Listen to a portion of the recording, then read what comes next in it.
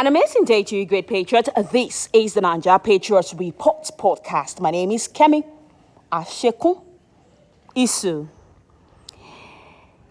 Today is the 20th day in the month of April 2021, and the time is 18:45, 100 hours, or take it as a quarter to 7 p.m. West African time. Today's podcast is to celebrate Baba Infrastructure, who has given us Baba Infrastructure. All right, do follow the hashtag on Twitter, hashtag NaijaPatriotReport, to find tweets that fellow patriots have, deemed it fit, that we have deemed fit to put the hashtag on, fellow patriotic citizens who are actually showing us every day what this government is doing, building infrastructure. By the way, if you do hear other noises about, I'm doing an outdoor recording and there are people around me. So if you do get to hear their voices, it's because I had to drop this one like it's hot. Okay. My people say, Agbo fifo lo ndun horo horo. That is, the empty barrel makes the most noise. I wonder, between the English and the Yorubas, the first people to think this out, or was it thought out at the same time? Well, you see, in the days of the umbrella, the media were paid to make a lot of noise about nothing. I challenge anyone with a modicum of shame to point out 5 major projects the umbrella did in 16 years besides enriching personal pockets. 5 major projects that the umbrella managed to give us in 16 years. In 16 years, this piece of a party meant only for the sewage tank averaged $100 per barrel a day. Yet, they depleted even our foreign reserves by over $20 billion, the entire wealth of Africa's richest man and a little more. Even while oil sold for over $100 per barrel, yet not one major bridge, not one major road, not one major hospital built. Governors under the kleptocratic party also took their time to borrow and loot, keeping their states in perpetual penury. The watchword of patriots is, Owato Inyolomaku. The money will finish, the cash will finish, humans will remain. No human being can or would hold on to power forever. Even Idris Deby, who had been in power since 1990, will currently be facing questions with the angels at the gate of heaven or the demons at the gate of hell. I'm also a sinner, so who am I to judge anyone? The Almighty is yet to give any mortal the gift of immortality. Hence I ask, all the umbrella party stole during our years of plenty, where is it today? What major projects can anyone point to that Nigeria got or gained during the umbrella era? Anyways, I digress. This podcast is about over 65 ongoing and completed projects done by Baba Infrastructure at M. Buhari's administration, thanks to @Naji_Kate thread on Twitter. The second Niger Bridge, I remember, the second Niger Bridge is one of the major projects of this government. But then I remember my first time on the first Niger Bridge. It was over 20 years ago. I was seeking admission in a university, a private university in Okija at that time. It was old and very narrow, a little bit too narrow for vehicles plying that route. I was a bit scared that the metals may give way at some point. You know, in my daydream, I wondered what water sprite or Mami water spirit or spirit of Igbesu will be awaiting to receive us all if suddenly this almost rickety bridge gave way. The bridge was opened in December 1965, precisely 5 years after independence, when Nigeria had no oil.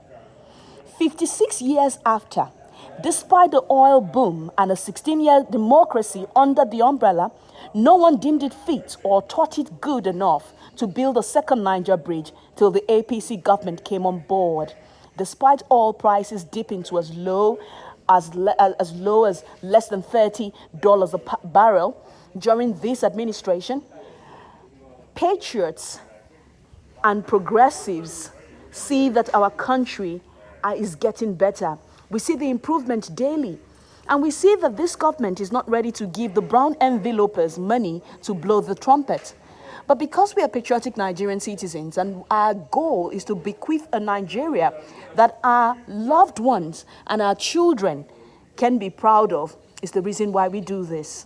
Hate or love Baba Buhari, if you take a ride in Buhari's train, something in your spirit will lift up in joy that a president values those who voted him into power enough to give them the state-of-the-art infrastructure capable of lifting them out from being a shithole, I beg your pardon, or a third world country. As a matter of fact, it's on video that an elderly man was waving to a train as it moved cargo from Warri to Itakpi. If we had a chance to take a glimpse into his belly, we most likely will see hundreds of beautiful butterflies with heavenly joy, roaming about in his belly. I tell you something, his joy was contagious.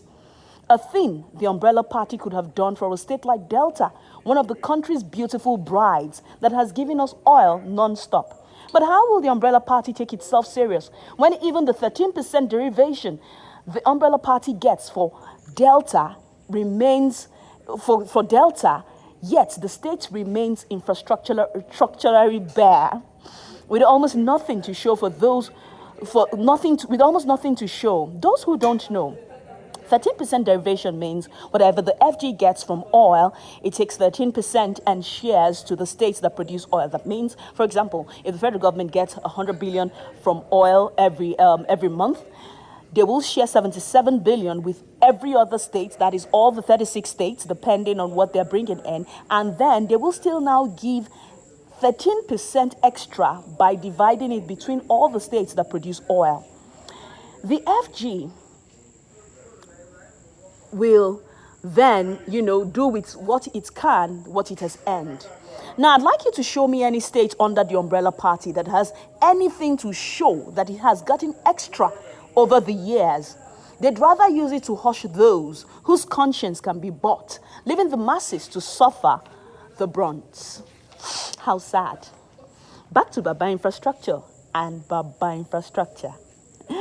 Kaduna-Kano Expressway, Ilorin, Bodisadu and Jeba Road, Lagos-Ibadan Rail Line, approval for establishment of 6 colleges of education in Benue, Bauchi, Ebonyi and Osun, Ajaokuta, Abuja, Kaduna, Kano Gas Pipeline, National Cancer Center in Lagos, construction of Ojuloko Oweto Bridge to link Nasarawa and Benue to clear the road for the next 1.5-kilometer dash by Governor Bolt. This is a cryptic one. If you get it, it's fine. The construction of Gombe Biu Road, payment of pension arrears to 3,542 Delta Steel pensioners, and they were not laid off in this government.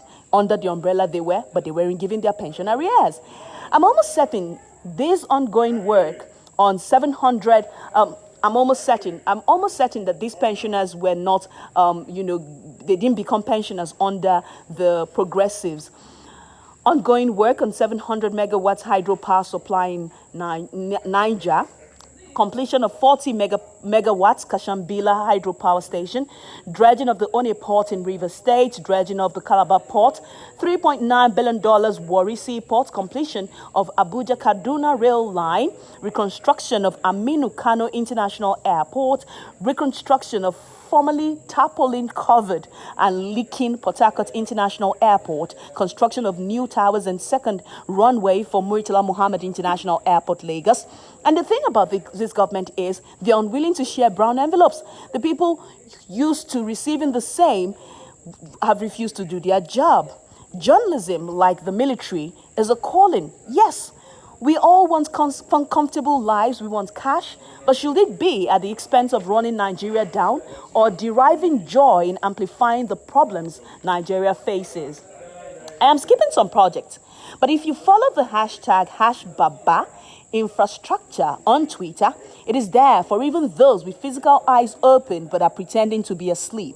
The purchase of 38 brand new fighter jets for Nigerian Air Force, removal of bottlenecks in purchasing brand new planes by airline companies, unlike the umbrella era when airlines had to buy condemned planes and crashes were the order of the day.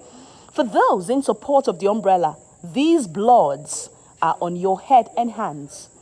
The building of 300,000 low, medium, and high income earners' homes all over the nation, total overhaul of Nigerian Army weaponry through purchase of armored carriers, 2.8 solar power plants for some universities,